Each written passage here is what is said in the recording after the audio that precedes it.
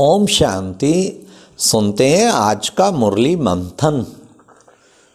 आज बाबा ने कहा कि बच्चे ओम शांति कहते हैं तो बच्चे तुम ओम शांति की स्टेज में टिक जाओ कि मैं आत्मा शांत स्वरूप हूँ। मुख से बोलो ओम शांति, अंदर मन में चिंतन करो मैं आत्मा शांत स्वरूप हूँ। अगर अशांति हो तो झट शांति में टिक जाओ।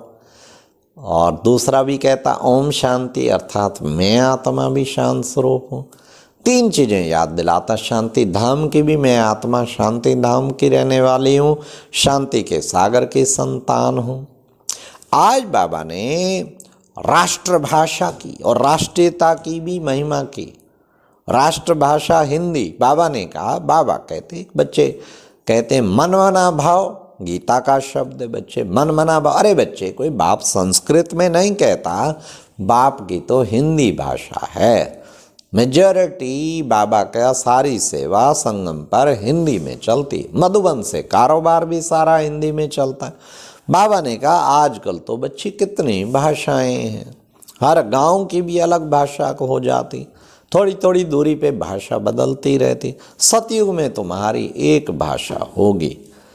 हाँ, तो भी आज हिंदुस्तान कहते हिंदी मातृभाषा है, तो देखा गया मेजॉरिटी काफ़ी स्टेट्स में हिंदी भी जानते हैं, कंपलसरी लैंग्वेज करके सब ने उधर अटेंशन दिया है। तो अच्छा है। बाबा के सबसे बड़ी खुशी की बात यह है कि विदेशी जितने उनको भी बड़ी इच्छा रहती हिंदी हम सीखें, ताकि डायरेक्ट जो मधुबन से चले वो हमें मिले, ट्रांसलेटेड ना मिले। लेकिन कोई सक्सेसफुल हो पाते हैं। एक हमारी डीनीज बहन है, वो बहुत अच्छी हिंदी बोलती है। कोई हैं, रशिया में भी हैं भाई, ऐसे बहुत जगह कोई विदेशी इतने सक्सेसफुल हैं जो बात ना पूछो। फिर बाबा ने कहा कि बच्चे ये जो है देखो बच्चे, सुदर्शन चक्रधारी तुम बच्चे बनते हो, सुदर्शन चक्रधारी। सुदर्शन चक्र घुमाते घुमाते सुदर्शन चक्र धारी।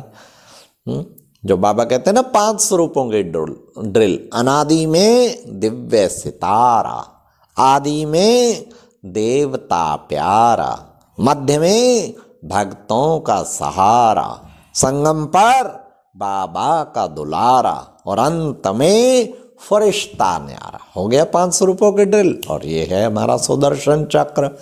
बाबा कहते बार बार उस चिंतन का अभ्यास करते रहो। फिर बाबा ने कहा बच्चे ये दिल्ली ही परिस्थान बनेगी, कहते हैं न्यू दिल्ली। अरे बच्चे न्यू दिल्ली तो कलयुग में बन नहीं सकती, ये तो सब ओल्ड दिल्ली है। न्यू दिल्ली तो सतयुग में होगी और वही परिस्थान होगा। तो बच्चे तुम्हारे सामने सतयुगी दुनिया के झाड़ ऐसे नजर आने चाहिए जैसे हम देख रहे हैं। रोजाना थोड़ी देर आधा घंटा वैकुंठ में घूम के आओ। अपने महलों को देखो, क्या सुंदरता, प्रकृति के नज़ारा देखो, क्या आनंद आ जाएगा। अपना कंचन काया देखो, अपनी संपन्नता के स्टेज देखो। तो बाबा कहते कि बच्चे तुम्हें अब ऐसे नज़र आना चाहिए हमारा राज्य आया कि आया, हमारा राज्य आया कि आया। फिर बाबा ने कहा भारत बच्चे कितना सॉल्वेंट था, सिर ताज था, आज मोहताज हो गया है, आज बेगर बन गया। आज कोरोना पीरियड में भी भारत टॉप पे जा पहुंचा है महामारी के। बाबा ने कहा ना अपार सुख जहाँ होगा वहाँ अपार दुख भी होगा। आज भारत पर एक रहम की स्टेज में आ गया, तो भी स्वाभिमान भारतीयों का कोई कम नहीं। इतनी बड़ी परिस्थिति में भी सब कुछ कार्य चल रहे हैं, सारा कुछ अपना, कोई वो नहीं है फिक्र। जिसको जाना है जाए, लेकिन हमें अपनी ऊंची स्थिति बनानी।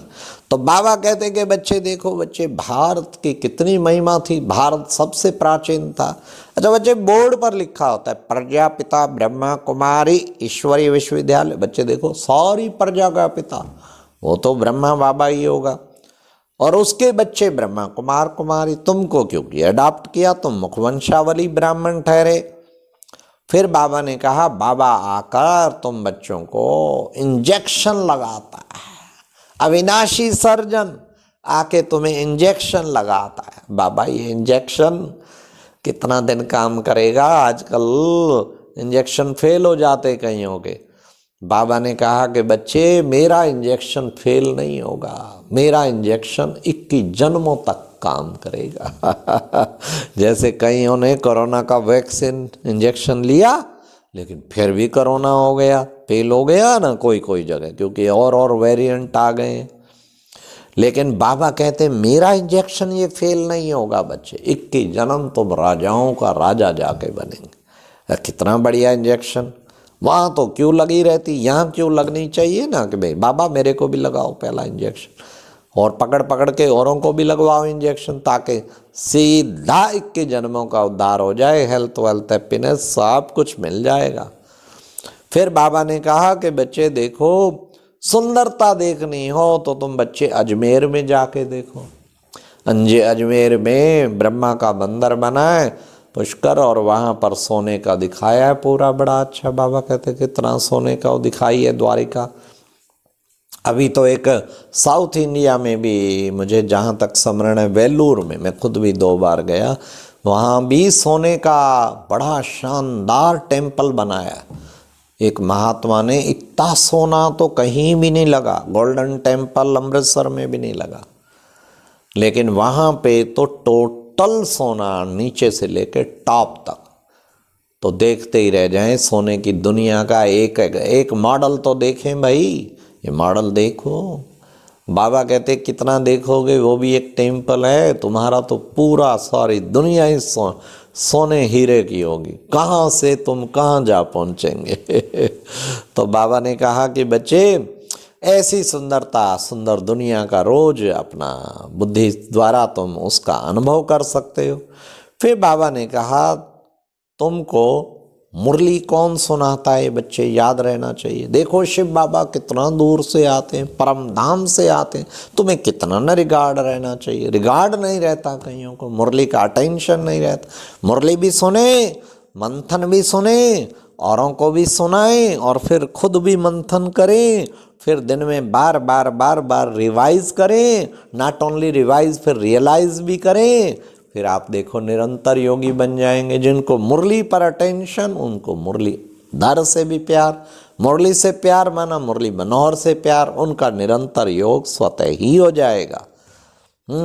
फिर बाबा ने आज का अपने संपूर्ण स्वरूप के आवाहन द्वारा आवागमन के चक्कर से छूटने वाले लक्की सितारे भावा, आवागमन का चक्कर, आज स्थिति बड़ी अप है फिर डाउन, फिर अप है फिर डाउन, फिर अप है फिर डाउन, अप डाउन का खेल कब तक करोगे। बाबा ने कहा यही आवागमन का चक्कर है। सदा ही अप ही अप, नीचे आई ना, ऐसी स्टेज बना लो तब समझेंगे लकी स्टार बन गए। तो बाबा ने कितना सुंदर बताया, किसी भी विघन के वश होना अर्थात डायमंड पर दाग लगाना है, तो किसी भी विघन के वश नहीं होना है। आज मेरी स्थिति में विघन आ गया, आज मेरे संस्कारों में विघन आ गया, आज इस बात में विघन आ गया, तो विघन के वश होना माना डायमंड पर दाग लगाना।